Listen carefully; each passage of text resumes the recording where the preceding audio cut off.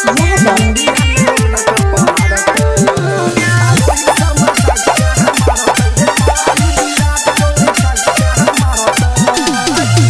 ने world cup हारते रे भाई, इंडिया ने वर्ल्ड कप हारते,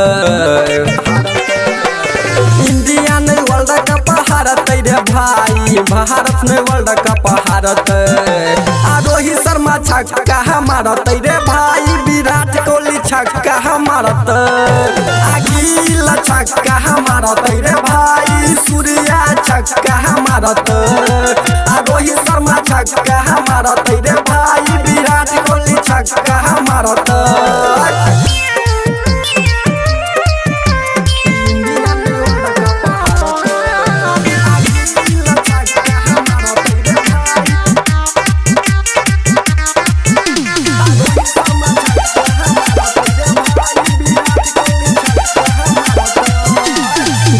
नहीं देते भारत माता के शान रे, चले जैते भोले जडेजा के जान रे,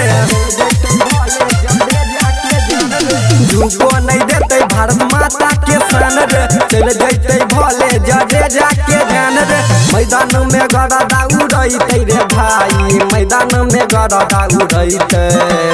रोहित शर्मा छक्का मारते रे भाई, विराट कोहली छक्का मारते, सुरेश अय्यर छक्का मारते रे भाई, राहुल छक्का मारते, रोहित शर्मा छक्का मारते रे भाई, विराट कोहली छक्का मारते।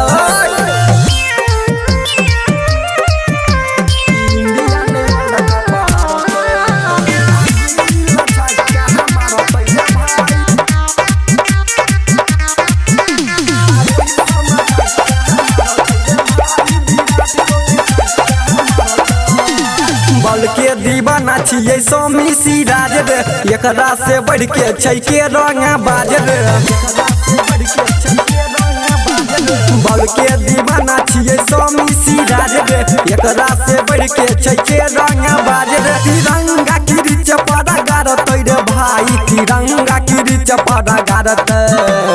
रोहित शर्मा छक्का मारते रे भाई, विराट कोहली छक्का मारते। वर्ल्ड कप इंडिया नहीं हारते रे भाई, रोहित शर्मा छक्का मारते।